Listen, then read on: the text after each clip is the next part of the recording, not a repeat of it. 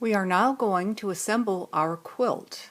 I will go over a few techniques I think you might find useful. I'm going to start with the lover's knot blocks that we did in December. I've taken our doodad strips, the little strips that alternate with the blue and the yellow, and I've cut them slightly larger than the block. Now, you don't want to just cut them, you want to decide how you want that lined up.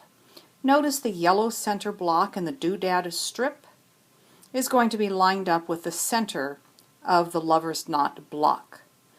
Also, decide if you want to have your block, in my case I have all four dark pieces facing the center, or you could have them alternating.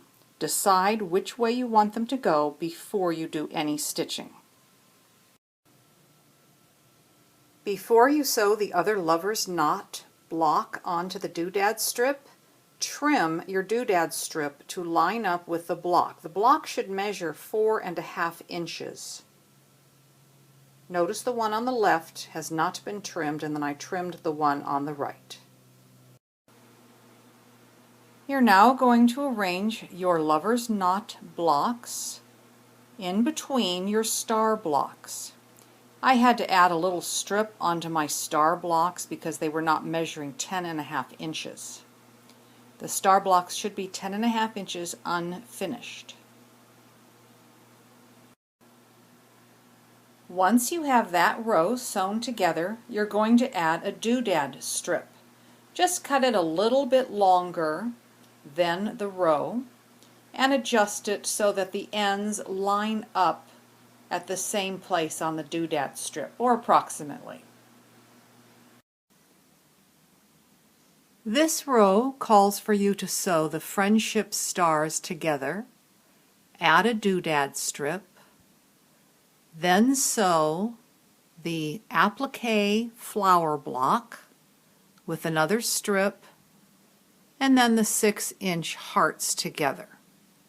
The one I'm making now, I'm going to actually change that a little bit.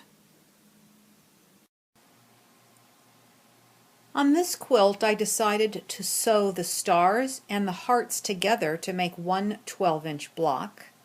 I alternated them, and then I just added my doodad strips to the right side of both of those pieces.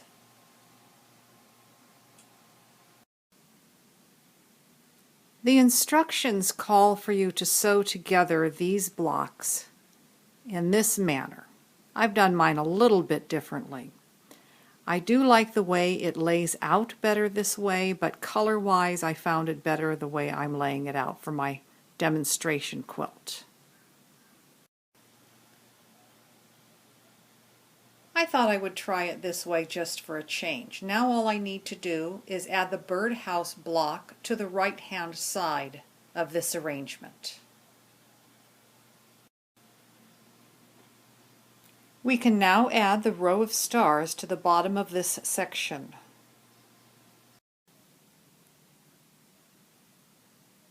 Now all we need to do is assemble the top row and add that row to this piece. The top row consists of the houses that are sewn together, and then the two pineapples on either side. Make sure you add your doodad strips.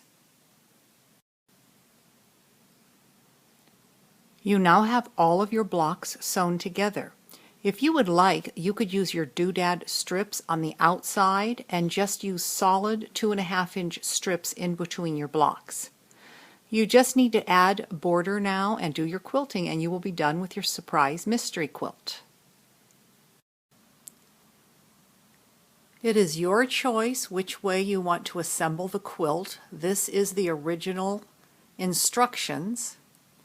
Also, you can add whatever borders you like.